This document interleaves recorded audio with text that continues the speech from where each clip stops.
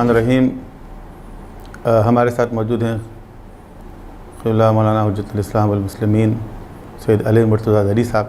السلام علیکم ورحمۃ اللہ۔ السلام ورحمۃ اللہ۔ ہم بات کر رہے تھے پچھلی نشست میں حج کے حوالے سے، اور حج کے مناسک میں سے ایک اہم رکن جو ہے وہ ہے قربانی۔ تو قربانی پہ کچھ بات کرنا چاہ رہے تھے کہ قربانی جو ہے وہ حج کا اہم رکن ہے۔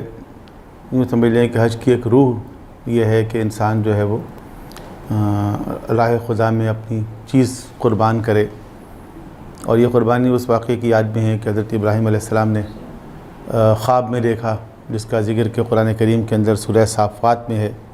قال یا بنی انی ارا فی المنام انی اذبحک، کہ میں نے خواب میں دیکھا کہ میں تمہیں ذبح کر رہا ہوں۔ فانظر ماذا تری، تو کیا رائے ہے تمہاری؟ پیارے ابراہیم علیہ السلام تو اللہ کے نبی تھے، رسول تھے، صاحب کتاب تھے، صاحب شریعت تھے، اولو العزم پیغمبر تھے۔ قرآن کریم میں ابراہیم علیہ السلام کا تذکرہ موسیٰ علیہ السلام کے بعد سب سے زیادہ آیا ہے، اور ان کو ایک توحید پرستوں کے ہیرو کے طور پر پیش کیا گیا ابراہیم علیہ السلام کو۔ تو ان کا جو خواب تھا وہ تو وحی کی ایک شکل تھی، اصل میں ہمارے اور آپ کے خوابوں کی طرح نہیں تھی۔ ورنہ ہم اگر خواب میں دیکھیں اونٹ ذبح کر رہے ہیں تو کیا بیدار ہونے کے بعد اونٹ ذبح کرنا چاہیے؟ نہیں کرنا چاہیے، ظاہر ہے۔ تو ابراہیم علیہ السلام کا خواب تھا، ایک وحی کی ایک شکل تھی، اور اسماعیل علیہ السلام خود بھی اللہ کے نبی تھے، ظاہر ہے۔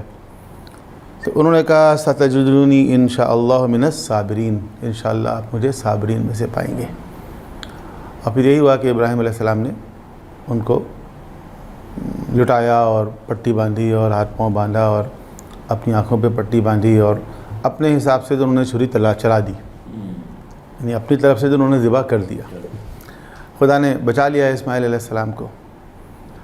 تو صحیح بات یہ ہے کہ حج کے جتنے مناسک ہیں آپ دیکھیں، وہ حضرت ابراہیم، حضرت اسماعیل، حضرت ہاجرہ، جو ان کے جو وہ عمل ہیں کہ جن کو اللہ سبحانہ و تعالیٰ نے بہت پسند فرمایا، اور اللہ نے چاہا کہ ان کی یاد باقی رہے، اور ان چیزوں کو، ان مقامات کو، صفا و مروہ ہے مثلا، اس کو جو ہے وہ شعائر اللہ میں سے قرار دیا گیا۔ قربانی کے جانور کو بھی شاعر اللہ کہا گیا ہے۔ یہ سب چیزیں خدا بند عالم نے محفوظ رکھی ہیں۔ ان سب کے اندر ظاہر ہے کہ ایک پیغام پوشیدہ ہے۔ پچھلی نشست میں جس طرح ہم بات کر رہے تھے، کچھ لوگ اس حوالے سے بھی کہتے ہیں کہ یہ قربانی گائے ذبح کرنا منی میں ہو یا اپنے شہروں میں ہو، تو کیوں نہ یہ پیسہ غریبوں میں بانٹ دیا جائے۔ غریبوں سے ہمدردی کا جذبہ اتنا زیادہ ہے لوگوں کے اندر کہ وہ ہر چیز کو اسی طرح دیکھتے ہیں۔ اچھا، اب یہ جو قربانی ہو رہی ہے، خود قرآن کریم نے اس کے بارے میں یہ کہا ہے کہ نہ اس کا خون خدا تک پہنچتا ہے اور نہ گوشت پہنچتا ہے۔ لن ینال اللہ لحومها ولا دماؤها ولکن ینالہ التقوی منکم، کہ نہ اس کا گوشت پہنچتا ہے نہ خون پہنچتا ہے، بلکہ تقوی پہنچتا ہے۔ تو تقوی حاصل کرنے کے اور طریقے بھی ہو سکتے ہیں، یا ضروری ہے کہ اسی طریقے سے تقوی حاصل کریں؟ بسم اللہ الرحمن الرحیم۔ یہ جو اعتراض ہے، اور میں ہنسا اس بات پہ تھا کہ بھئی غریبوں سے ہمدردی، تو ہمیں یہ ہمدردی ان کے کہنے والوں کے عمل میں نظر نہیں آتی اتنی جتنی ان کے الفاظ میں نظر آتی۔ اس پہ ذرا سا میں ہنسا تھا، ورنہ ظاہر غریبوں کے لیے کیوں دل نہ دکھے۔ دنیا کے مثلا جتنے بھی آنے والے انبیاء تھے، انہوں نے غریبوں کے لیے محنت کی، قربانیاں دی، تو اور غریب ہی ان کو پہلے ماننے والے بھی ماننے والے تھے۔ جی بالکل، سب یہ حضرت ابراہیم علیہ السلام کے ساتھ اللہ ملعار مترفین، وہ تو سارے مخالفین رہتے تھے۔ حضرت نوح علیہ السلام کے ساتھ یہی ہوا، حضرت ابراہیم علیہ السلام نبی خدا کے ساتھ، سب کے ساتھ۔ تو غریبوں کی ہمدردی تو بہت ہی اچھی چیز ہے، یہ تو عین دین ہے، لیکن غریبوں کی ہمدردی کے نام پہ دین کو ختم کرنا یا دوسروں کے اوپر اعتراض کے لیے صرف دروازے کھولنا، ظاہر ہے اس کے اوپر ہنسی آتی ہے کہ بھئی یہ کیا تناقض ہے۔ ورنہ مثال کے طور پر آپ قربانی کے پیچھے پڑ جائیں کہ قربانی کیوں ہو رہی ہے، قربانی کیوں ہو رہی ہے، اور پھر جب شادی بیاہ کریں گے تو کروڑوں روپے لگا دیں گے، اور یہ یہاں پر چند ہزار کی قربانی کے پیچھے پڑے ہوئے ہیں کہ یہ غریبوں کے لیے کیوں نہیں جا رہا۔ او بھائی، تو تم جو شادیاں کرتے ہو اس کے اندر ایک ایک جوڑے کے اوپر جتنا پیسہ لگاتے ہو، اس سے تو جانور تین جانور آ جائیں گے، اور وہ خاتون پہنتی بھی صرف ایک رات کے لیے ہیں۔ تو اس کو صحیح کرو جا کے بندگان خدا، جو اس کو نہ واجب ہے نہ مستحب ہے، اسراف ہی اسراف ہے، حرام ہے ایک لحاظ سے۔ تو ہنسی اس بات پہ آتی ہے کہ بھئی غریبوں کے درد دکھا رہے ہیں اور وہ جو مسخرے بازی ہے اس اچھا یورپ امریکہ میں یہ بات ذرا اس سے ہٹ رہی ہے، امریکہ یورپ وغیرہ میں یہ شادی بیاہ کے کپڑے کرائے پہ مل جاتے ہیں، یہ زیادہ اچھی بات نہیں ہے؟ بھائی ایک تو مسئلہ یہ ہے کہ ان کپڑوں کے اس خاص نوعیت کے ہونے کی ضرورت کیا ہے؟ پہلا تو مسئلہ یہاں پر ہے بھائی ایک آپ ایک مناسب لباس میں شادی کر لیں. اب یہ کیا مصیبت ڈال دی ہے کہ جب تک اس عورت نے یہ لباس نہیں پہنا ہوگا گویا دلہن بنی نہیں ہے وہ. یہ تو ناانصافی ہو گئی. بہرحال چلیے اس کو چھوڑ دیتے ہیں ابھی، اب اس پہ کیا انسان گفتگو کرے.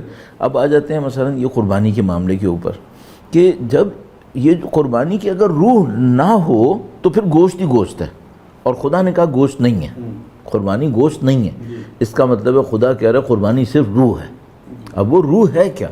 روح یہ ہے کہ بھائی تم جس چیز کو پسند کرتے ہو اس سے اگر تم خدا کی راہ میں دے سکو، لن تنالوا البر حتی تنفقوا مما تحبون، جس میں تمہارا دل اٹکا ہوا ہے اس میں سے جب تک تم نے نہیں دیا تو تم تو کسی نیکی تک پہنچے ہی نہیں. اب خدا جو ہم سے چاہتا ہے مجھے لگتا ہے وہ یہ ہے کہ بھائی تمہارے پاس تمہیں پیسہ عزیز ہے، زکوٰۃ دو. زکوٰۃ دوں کیوں؟ صرف غریبوں کے لیے نہیں، پہلے تو اپنے لیے دو کہ تمہارا دل جو اتنا اٹکا ہوا ہے پیسے سے اس سے تو نکلے کسی طرح. تو قربانی بھی جو خدا میرا خیال میں کروا رہا ہے وہ ایک تو ہمارے لیے کروا رہا ہے کہ تم جو اتنے پیسے کے چاہنے والے ہو 4 پیسے اللہ کی راہ میں قربان کرو، ایک بات. دوسری بات وہ ہم سے یہ کہنا چاہ رہا ہے کہ تم زندگی کی حقیقت کو احساس کرو. یہ جانور اتنا تن و من جانور، اتنا مضبوط جانور، اس کو چند سیکنڈ لگیں روح نکلنے میں، یہ تمہاری روح بھی نکلے گی. اس کو تم دیکھ لو کہ یہ تمہاری جان نکلے گی ایسے. یہ خود اب یہ میسج کیا غریبوں کو کھانا کھلانے سے پورا ہو جائے گا؟ ظاہر ہے کہ نہیں ہوگا. تیسرا وہ کہتا ہے کہ جانور کے اوپر گلے پہ چھری چلاؤ، خون بہاؤ. خون بہاؤ، تمہیں نظر تو آئے کہ جو انسانوں کا خون بہتا ہے اس میں کیا ہوتا ہے. جو لاکھوں لوگ جنگوں کے اندر مر جاتے ہیں، خون بہتا ہے، دیکھو ہوتا کیا ہے، دیکھو کیسے تڑپتے ہیں. یہ وہ انسانوں کو ذبح کرتے تھے IS والے، اور وہ قربانیاں بھی کرتے ہوں گے یقیناً. تو اس کا مطلب یہ ہے کہ ان کے اندر قربانی کی روح میں سے کچھ نہیں گزرا تھا. اچھا چوتھا مرحلہ یہ ہے کہ خدا متعال چاہتا ہے کہ تم قربانی دو اور یہ عہد کرو کہ کل میری راہ میں قربانی دینی پڑی اپنی جان کی تو تم دے دینا، یہ تم کام کرو. تو یہ غریبوں کو کھانا کھلانے سے مصلحتیں کہاں حاصل ہوں گی؟ اصل فلسفہ قربانی تو یہی ہے. اصل فلسفہ قربانی تو یہ ہے کہ اپنے آپ کو پیش کرو، اپنی اولاد کو پیش کرو، اپنے مال کو پیش کرو. یہ جو ہم قربانی کرتے ہیں تو اصل میں مال کی قربانی ہے دیکھا جائے تو. اور وہ بھی کہاں رہی، میں ڈاکٹر صاحب جیسے ابھی بات ہو رہی تھی دکھاوے کے لیے کیے چلے جا رہے ہیں، ان میں کچھ لوگ مخلص ہیں ہم مان رہے ہیں اور اس کا اثر بھی کچھ نہ کچھ ہو جاتا ہوگا. لیکن جو اس وقت سب سے بڑی مشکل بن گئی ہے، بچوں کو دیکھتا ہوں قربانی کا جانور لیے مسخرے بازی کر رہے ہوتے ہیں، ادھر سے ادھر اچھل رہے ہیں، کود رہے ہیں، تالیاں پیٹ رہے ہیں، شور مچا رہے ہیں. ذرا تصور کریں حضرت ابراہیم علیہ السلام اپنے بچے کو قربان کرنے لے جا رہے ہوں، منظر کیا منظر ہوگا، دونوں کے دل پہ کیا گزر رہی ہوگی، جو قربان کرنے والا ہے اور جو قربان ہونے والا ہے. صحیح. اس روح پرور فکر کے مقابلے میں آج کی قربانی کو دیکھ لیں. اس میں میڈیا اور سوشل میڈیا کی بھی بڑا رول ہے، جو ایک اس کو ہر خبر کے اندر جو ہے وہ منڈی کی رپورٹنگ اور فلاں اور جانوروں کے نام رکھنا، اس کی قیمت بتانا، اس کی شان بیان کرنا. مجھے یاد ہے میرے بچپن میں پہلی دفعہ ایک اسٹیج تھیٹر بنا تھا، کامیڈی بنا تھا بکرے کے اوپر، بکرا قسطوں پر یہ اس ٹائپ کا نام تھا. مجھے یہ یاد آتا ہے کہ ہماری قربانی کے رسم کے زوال کا وقت وہاں سے شروع ہوا علناً، کہ جب ہم نے اس کا مزاحیہ پروگرام بنایا. جس دن آپ نے دین خدا کے احکام کے اوپر مزاحیہ کام کرنا شروع کر دیا، مسخرہ کرنا شروع کر دیا، اس کا مطلب ہے ہر چینل پہ آلموسٹ قربانی کے ایام میں یہ ہو رہا ہے، اس قسم کا کوئی نہ کوئی ڈرامہ آتا ہے جس میں قربانی کا مذاق، پڑوسی کی قربانی، ہمارا بکرا، اس کا بکرا، فلاں، یہ یعنی اس طرح سے. اور یہ جو میڈیا ہے یہ وہی دکھاتا ہے جو لوگ دیکھنا چاہتے ہیں اپنے نفسیات کے اندر. دونوں باتیں ہیں، جو لوگ دیکھنا چاہتے ہیں اور دوسری طرف یہ ٹرینڈ سیٹر بھی تو ہے نا، جس طرف وہ گھسیٹنا چاہتے ہیں. دونوں کام ہو رہے ہیں. جی. اب میں سوچتا ہوں کہ اگر یہ معاشرہ دینداروں کا معاشرہ ہوتا، واقعی دینداروں کا، جن کو روح قربانی کی فکر ہوتی، کیا یہ کامیڈی بنا سکتے تھے اس کے اوپر؟ نعوذ باللہ تعالیٰ، اللہ اس برے دن سے محفوظ رکھے. کیا حج کے اوپر کوئی کامیڈی بنائے گا؟ نہیں بنائے گا. کیوں؟ آج ابھی حج کا احترام باقی ہے. کل جب میڈیا نے احساس کیا کہ عید کی قربانی کا احترام ختم ہو گیا، انہوں نے اس کی کامیڈی بنا دی. تو میں اپنے طور پہ سمجھ رہا ہوں، جو مجھے سمجھ میں آتی ہے وہ یہ ہے کہ بھائی اگر آپ کو دین چاہیے آپ دین سے مسخرہ کرنا بند کریں، دین کا احترام کرنا سیکھیں. دین کے تقدسات کی پامالی اس بات کی نشانی ہوتی ہے کہ اب دین باقی نہیں رہے گا، اور دین کے تقدسات پامال سنا تھا کہیں پر، کہیں آپ کا لیکچر کہیں کہ آپ نے ایک جگہ فرمایا تھا کہ یہ پوچھنے کی کیا ضرورت ہے کہ کتنے کا لیا. یہ پاگل پنا سمجھ میں نہیں آتا. کوئی اپنے گاڑی میں لے کے جا رہا ہے سوزوکی میں جانور، کوئی موٹر سائیکل میں آ رہا ہے، وہیں سے پوچھتا ہے کتنے کا لیا. ارے چونکہ ساری پرواہ جو رہ گئی ہے وہ یہ رہ گئی ہے کہ میں نے کتنا پیسہ خرچ کرنا ہے، تجھے کتنا دکھانا ہے. اب عالم یہ ہے، نعوذ باللہ تعالیٰ کہنا بھی اچھا نہیں لگتا، کہ بندہ کم قیمت پہ بھی لائے گا تو زیادہ قیمت بتائے گا، چونکہ اس کو شوبازی کرنی ہے اس کے ذریعے سے. صحیح. اب یہ وہی مسئلہ ہو گیا، یعنی یہ بالکل ایسے ہی ہے جیسے میں ایک نماز پڑھوں اور لوگوں کے سامنے ریاکاری کر رہا ہوں، تو میں نے نماز کا نہ صرف ثواب حاصل نہیں کیا بلکہ گناہ کمایا. صحیح. قربانی میں مجھے یہ لگ رہا ہے کہ جو ہمارے اوپر ستم بیت رہا ہے اس وقت، کہ ہماری جو سوسائٹی ہے وہ قسی القلب ہونے کی طرف جا رہی ہے. آپ دیکھیں جو پبلک لنچنگ ہوتی ہے، جانوروں کی طرح انسانوں کو مار رہے ہوتے ہیں، یہ کیوں ان کے دل اتنے سخت ہوئے چلے جا رہے ہیں؟ اگر یہ اتنی قربانیوں کو دیکھ رہے ہوتے اور ان قربانیوں سے درس عبرت لے رہے ہوتے تو کیا ان کے دل اتنے سخت ہونے چاہیے تھے؟ یہ خود نشانی اس بات کی ہے کہ جو خدا چاہتا تھا کہ لوگوں کے دلوں میں رقت آئے، اور بہت سادہ سی نشانی، کہیں پہ بھی جانور قربان ہوتا دیکھتے ہیں اب کسی کی آنکھوں میں آنسو نہیں آ رہے.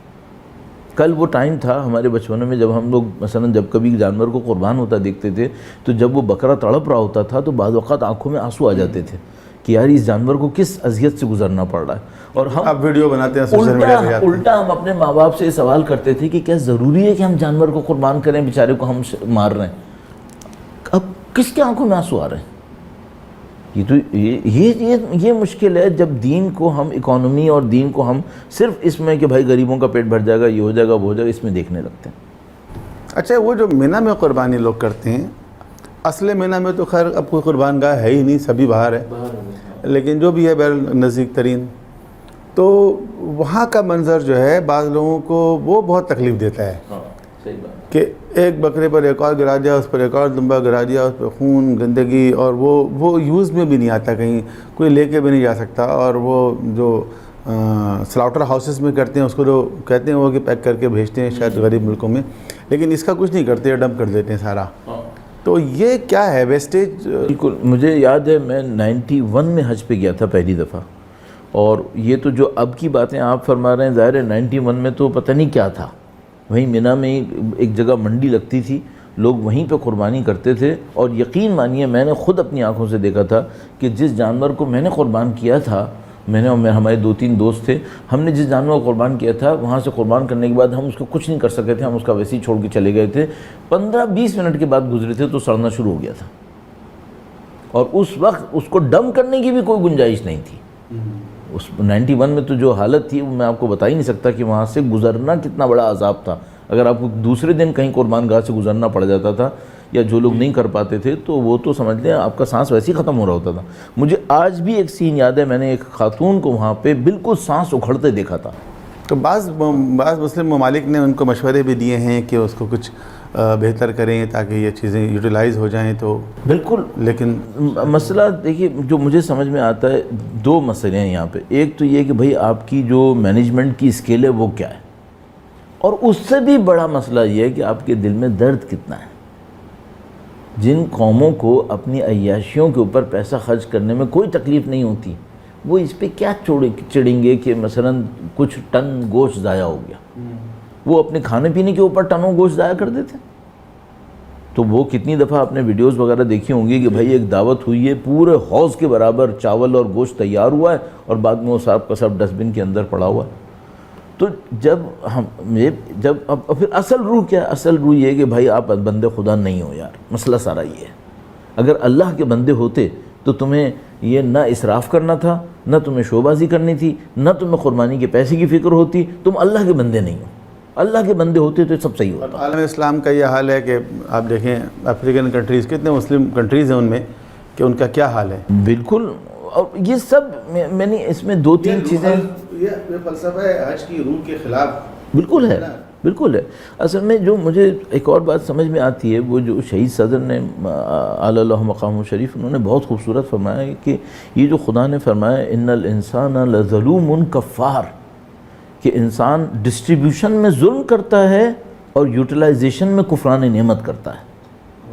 یہ ایک آیہ کریمہ کے 3 الفاظ سے جو شہید صدر نے استفادہ کیا، غیر معمولی بہترین استفادہ، کہ انسان ڈسٹریبیوشن میں ظالم ہے اور یوٹیلائزیشن آف نیچرل ریسورسز میں کفران نعمت کر رہا ہے۔ تو یہی ہم حج میں کر رہے ہیں۔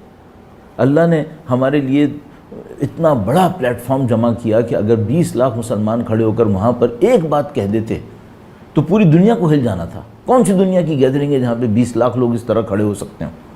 یہ مسلمان کے پاس اللہ نے ہمیں فراہم کیا بیت اللہ کے ذریعے سے، ہم نے یوز نہیں کیا، ہم نے کفران نعمت دکھائی، اس کو استعمال کر دیا ٹریڈ بینیفٹس کے اندر، اس کو استعمال کر دیا اپنے شان و شوکتیں دکھانے کے اندر، ورنہ پورے دنیا کے مسلمان کی طاقت کا عظیم الشان اظہار تھا وہ۔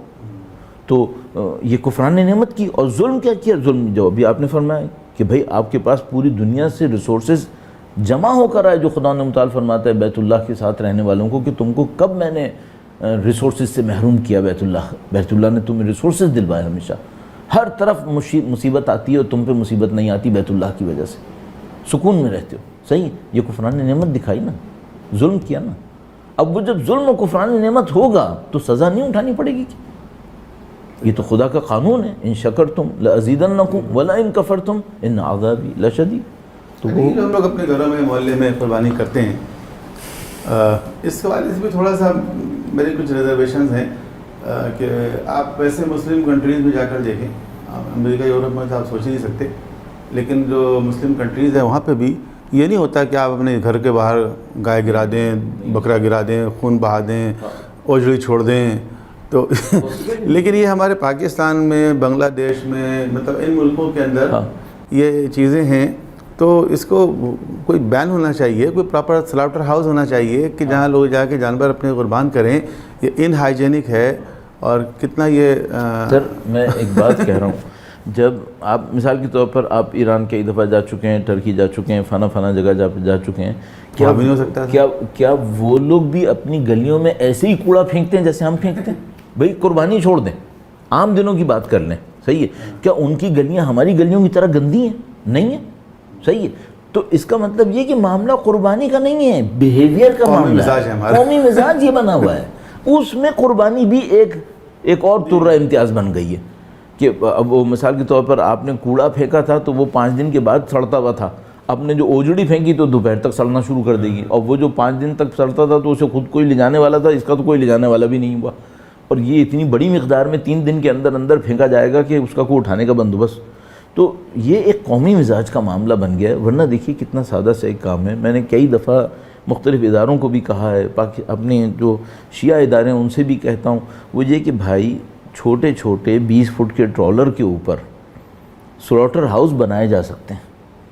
اچھا 20 فٹ کا ٹرالر لے لیں آپ، اس کے اندر ایک اچھا سا سلاٹر ہاؤس بنایا جا سکتا ہے، اس کو کسی سی جگہ سے بھی گھسیٹ کے کسی بھی جگہ پہ کھڑا کر دیں، ایک کمیونٹی میں ایک سلاٹر ہاؤس کھڑا ہوا ہو، وہاں سے جانور کو آپ انٹر کریں، کاٹ کوٹ کے وہاں پر لوگوں کو دے دیں، اس میں خون بھی اس کا محفوظ کریں، اوجڑی بھی محفوظ کریں، ہر چیز اس کی استعمال ہونے کے قابل ہے، دنیا کی بہترین کھاد بنے گی ہے، صحیح ہے، یہ ساری چیزیں آپ محفوظ کریں۔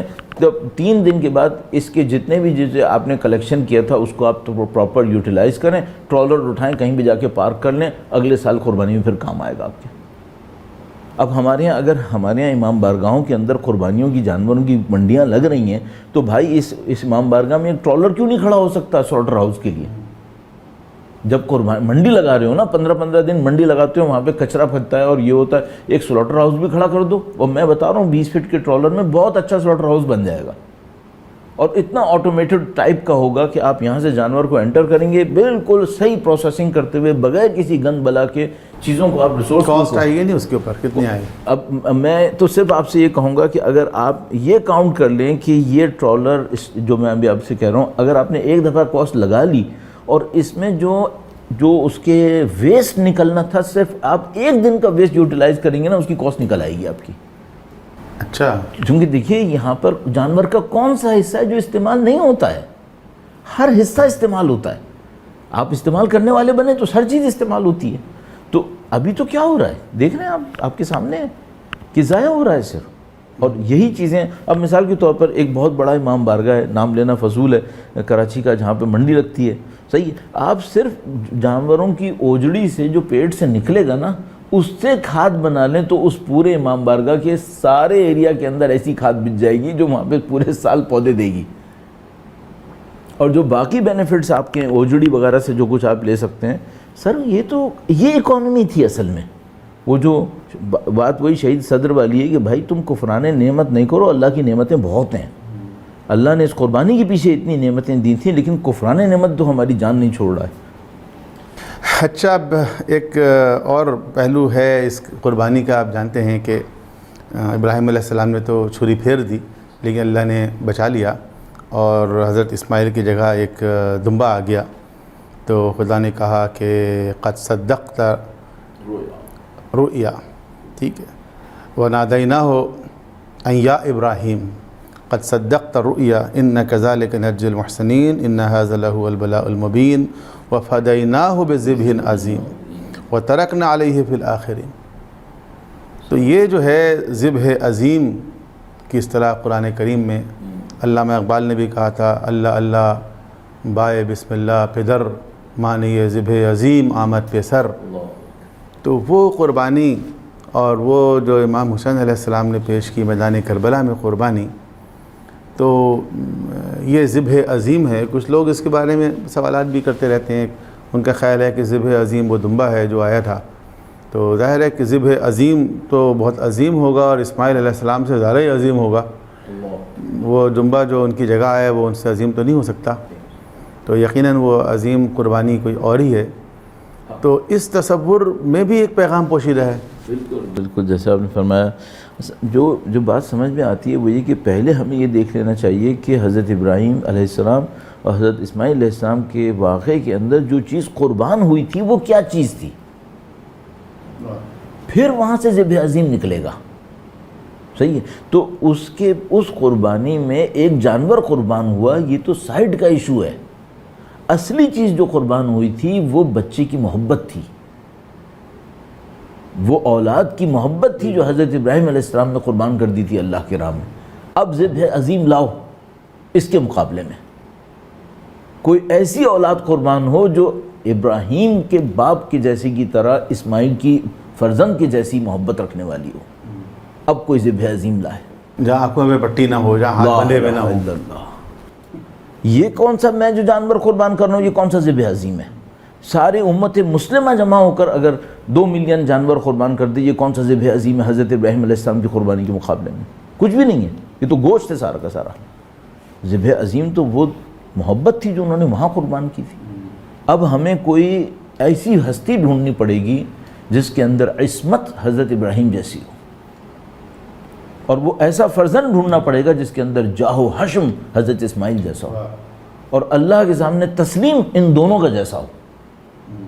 اب لاؤ ذبح عظیم.